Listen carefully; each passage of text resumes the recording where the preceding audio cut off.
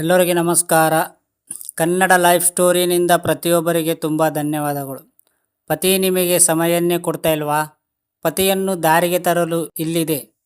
ಗಂಡಂದಿರು ಹೆಂಡತಿಗೆ ಸಮಯ ನೀಡದೇ ಇರುವುದನ್ನು ಕೆಲವೊಮ್ಮೆ ನಿರ್ಲಕ್ಷಿಸಬಹುದು. ಆದರೆ ಇದು ದೀರ್ಘಕಾಲವರೆಗೆ ನಡೆಯುತ್ತಿದ್ದರೆ ನೀವು ಅವರನ್ನು ಲೈನಿಗೆ ತರುವ ಕೆಲವು ಸುಲಭ ಮಾರ್ಗಗಳನ್ನು ನಾನು ಹೇಳುತ್ತೇನೆ. ನಿಮಗೆ ಗೊತ್ತಿರಬಹುದು, ಅನೇಕ ಗಂಡಂದಿರು ತಮ್ಮ ಪತ್ನಿಯರಿಗೆ ಸಮಯವನ್ನೇ ನೀಡುವುದಿಲ್ಲ. ಇಡೀ ದಿನ ಆಫೀಸ್ನಲ್ಲಿ ಬ್ಯುಸಿಯಾದರೆ ಮನೆಗೆ ಬಂದ ಮೇಲೂ ಆಫೀಸ್ ಕೆಲಸದ ಬ್ಯುಸಿಯಾಗಿರುತ್ತಾರೆ. ಹೆಂಡತಿ ಮಕ್ಕಳೊಂದಿಗೆ ಪ್ರೀತಿಯಿಂದ ಮಾತನಾಡುವುದಾಗಲಿ ಅವರನ್ನು ಹೊರಗಡೆ ಕರೆದುಕೊಂಡು ಹೋಗುವುದಾಗಲಿ ಏನೂ ಇಲ್ಲ. ಮನೆಗೆ ತಡವಾಗಿರಬಹುದು. ಹೀಗೆ ತಮ್ಮದೇ ಕೆಲಸ ಕಾರ್ಯಗಳಲ್ಲಿ ತೊಡಗಿರುತ್ತಾರೆ. ಅಂಥವರನ್ನು ದಾರಿಗೆ ತರಲು ಇಲ್ಲಿದೆ ಕೆಲವು. ಪತಿ ಪತ್ನಿಯರ ನಡುವೆ ಸಂಭಾಷಣೆ ಮುಖ್ಯ. ಸಂಬಂಧದಲ್ಲಿ ಒಬ್ಬರಿಗೊಬ್ಬರು ಸಮಯವನ್ನು ನೀಡುವುದು ಬಹಳ ಮುಖ್ಯ. ಪತಿ ಪತ್ನಿಯರ ಪರಸ್ಪರ ಸಮಯ ನೀಡುವುದರಿಂದ ಒಬ್ಬರಿಗೊಬ್ಬರು ಇನ್ನಷ್ಟು ಅರ್ಥ ಮಾಡಿಕೊಳ್ಳಲು ಸಾಧ್ಯವಾಗುತ್ತದೆ. ದಾಂಪತ್ಯಗಳ ನಡುವೆ ಎಷ್ಟೇ ಪ್ರೀತಿ ಇದ್ದರೂ ಸಂಬಂಧ ಗಟ್ಟಿಯಾಗಿರಲು ಬುದ್ಧಿವಂತಿಕೆಯಿಂದ ನಡೆದುಕೊಳ್ಳಬೇಕು. ಇದರಲ್ಲಿ ನೀವು ನಿಮ್ಮ ಸಂಗಾತಿಯನ್ನು ಗೌರವಿಸಬೇಕು ಮತ್ತು ಅವರೊಂದಿಗೆ ಸಾಕಷ್ಟು ಗುಣಮಟ್ಟದ ಸಮಯವನ್ನು ಕಳೆಯಬೇಕು. ಆಗ ಮಾತ್ರ ಸಂಬಂಧವು ದೀರ್ಘಕಾಲ ಉಳಿಯುತ್ತದೆ. ಫೋನ್ ಕರೆಗಳು ಮಾಡುವುದನ್ನು ನಿಲ್ಲಿಸಿ. ಮೊದಲನೆಯದಾಗಿ ನಿಮ್ಮ ಪತಿ ಮಿತಿ ಮೀರಿ ಕಾರ್ಯನಿರತವಾಗಿರುವುದಕ್ಕೆ ಕಾರಣವನ್ನು ತಿಳಿದುಕೊಳ್ಳುವುದು ಮುಖ್ಯ. ಅವರ ಕೆಲಸದ ವೇಳಾಪಟ್ಟಿಗೆ ಗಮನ ಕೊಡಿ ಮತ್ತು ದಿನವಿಡೀ ಅವರಿಗೆ ಕರೆ ಮಾಡುವುದನ್ನು ನಿಲ್ಲಿಸಿ. ಸಂಗಾತಿಯ ಮನೆಗೆ ಬಂದರೂ ಅವರು ಸ್ವತಃ ನಿಮ್ಮ ಬಳಿ ಬರುವವರೆಗೆ ಮಾತನಾಡುವುದನ್ನು ನಿಲ್ಲಿಸಿ ಅಥವಾ ಮಲಗಲು ಹೋಗಿ. ಅವರ ಬಗ್ಗೆ ನಿಮ್ಮ ಅತಿಯಾದ ಗಮನದಿಂದಾಗಿ ಅವರು ನಿಮ್ಮನ್ನು ನಿರ್ಲಕ್ಷಿಸುತ್ತಿದ್ದಾರೆ.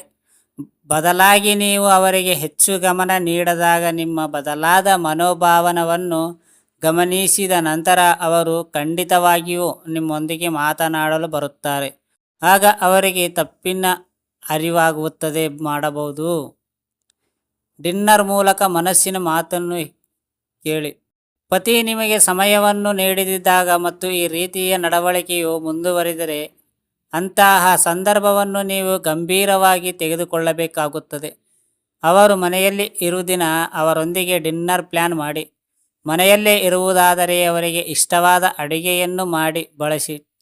ಕ್ಯಾಂಡಲ್ ಲೈಟ್ ಡಿನ್ನರ್ ಮಾಡಿ. ಈ ಸಮಯದಲ್ಲಿ ನೀವು ಭಾವುಕರಾಗುತ್ತೀರಿ ಮತ್ತು ನಿಮ್ಮ ಮನಸ್ಸಿನಲ್ಲಿರುವ ಕೆಲವು ವಿಷಯಗಳನ್ನು ಅವರಿಗೆ ಹೇಳುತ್ತೀರಿ. ಅವರಿಗೆ ಹಳೆಯ ವಿಷಯಗಳನ್ನು ನೆನಪಿಸಿ ನಿಮಗೆ ಸಮಯ ನೀಡದೆ ನಿಮ್ಮನ್ನು ನೋಯಿಸುತ್ತಿದ್ದರೆ ಎನ್ನುವುದನ್ನು ತಿಳಿಸಿ. ಸಡನ್ ಆಗಿ ಆಫೀಸ್ಗೆ ಹೋಗಿಬಿಡಿ. ನಿಮ್ಮ ಗಂಡನ ಬಿಡುವಿಲ್ಲದ ವೇಳಾಪಟ್ಟಿಯಿಂದಾಗಿ ನೀವು ಅವರೊಂದಿಗೆ ಮಾತನಾಡಲು ಸಾಧ್ಯವಾಗದಿದ್ದರೆ ಮತ್ತು ಅವರ ಕೆಲಸದ ಬಗ್ಗೆ ಹೆಚ್ಚಿನ ಮಾಹಿತಿಯನ್ನು ಸಂಗ್ರಹಿಸಲು ಸಾಧ್ಯವಾಗದಿದ್ದರೆ ಇದ್ದಕ್ಕಿದ್ದಂತೆ ಒಂದು ದಿನ ಅವರ ಕಚೇರಿಯನ್ನು ತಲುಪಿಸಿ. ಹೇಗಾದರೂ ನಿಮ್ಮ ಪತಿಯಂದು ತುಂಬ ಕಾರ್ಯನಿರತರಾಗಿರುತ್ತಾರೆ ಮತ್ತು ನಿಮ್ಮ ಫೋನ್ ಕರೆಯನ್ನು ಸ್ವೀಕರಿಸದೇ ಇದ್ದ ದಿನವನ್ನು ನೆಪವಾಗಿಟ್ಟುಕೊಂಡು ನೀವು ಇದ್ದಕ್ಕಿದ್ದಂತೆ ಕಚೇರಿಯನ್ನು ತಲುಪಿದಾಗ ಅವರು ನಿಜವಾಗಿಯೂ ಕೆಲಸದಲ್ಲಿ ನಿರತರಾಗಿದ್ದರೋ ಅಥವಾ ವಿಷಯ ಬೇರೆಯೇ ಇದೆಯೋ ಎನ್ನುವ ಸ್ಪಷ್ಟಕ್ಕೆ ನಿಮಗೆ ಸಿಗುತ್ತದೆ. ತವರು ಮನೆಗೆ ಹೋಗಿ. ವೈವಾಹಿಕ ಜೀವನದಲ್ಲಿ ನಿಮ್ಮ ಪತಿ ನಿಮಗೆ ಸಮಯ ನೀಡದಿದ್ದರೆ ನೀವು ಅವರಿಗೆ ಗಮನ ಕೊಡುವುದನ್ನು ನಿಲ್ಲಿಸಬೇಕು. ಅಷ್ಟಾದರೂ ಯಾವುದೇ ಬದಲಾವಣೆಯಾಗದಿದ್ದಾಗ ನೀವು ತವರು ಮನೆಗೆ ಹೋಗುವುದಾಗಿ ತಿಳಿಸಿ. ಅವರು ಎಷ್ಟೇ ಬ್ಯುಸಿಯಾಗಿದ್ದರೂ ಅವರ ಜೊತೆ ಮಾತಾಡಿ. ಇನ್ನು ಮುಂದೆ ನೀವು ಅವರ ಜೊತೆ ಇರಲು ಬಯಸುವುದಿಲ್ಲ, ಏಕೆಂದರೆ ನಿಮಗಾಗಿ ಸಮಯವಿಲ್ಲದ ಸಂಗಾತಿಯೊಂದಿಗೆ ಬದುಕುವುದು ಜೀವನವನ್ನು ವ್ಯರ್ಥ ಮಾಡಿದಂತೆ.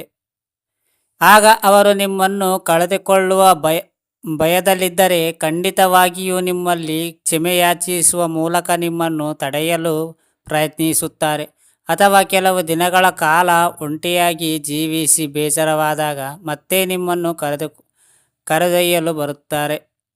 ಫ್ರೆಂಡ್ಸ್, ಅರ್ಥ ಆಯ್ತಾ ಈ ಸ್ಟೋರಿ ನಿಮಗೆ? ಈ ಸ್ಟೋರಿ ಕೇಳಿದ ಪ್ರತಿಯೊಬ್ಬರಿಗೆ ತುಂಬ ಧನ್ಯವಾದಗಳು.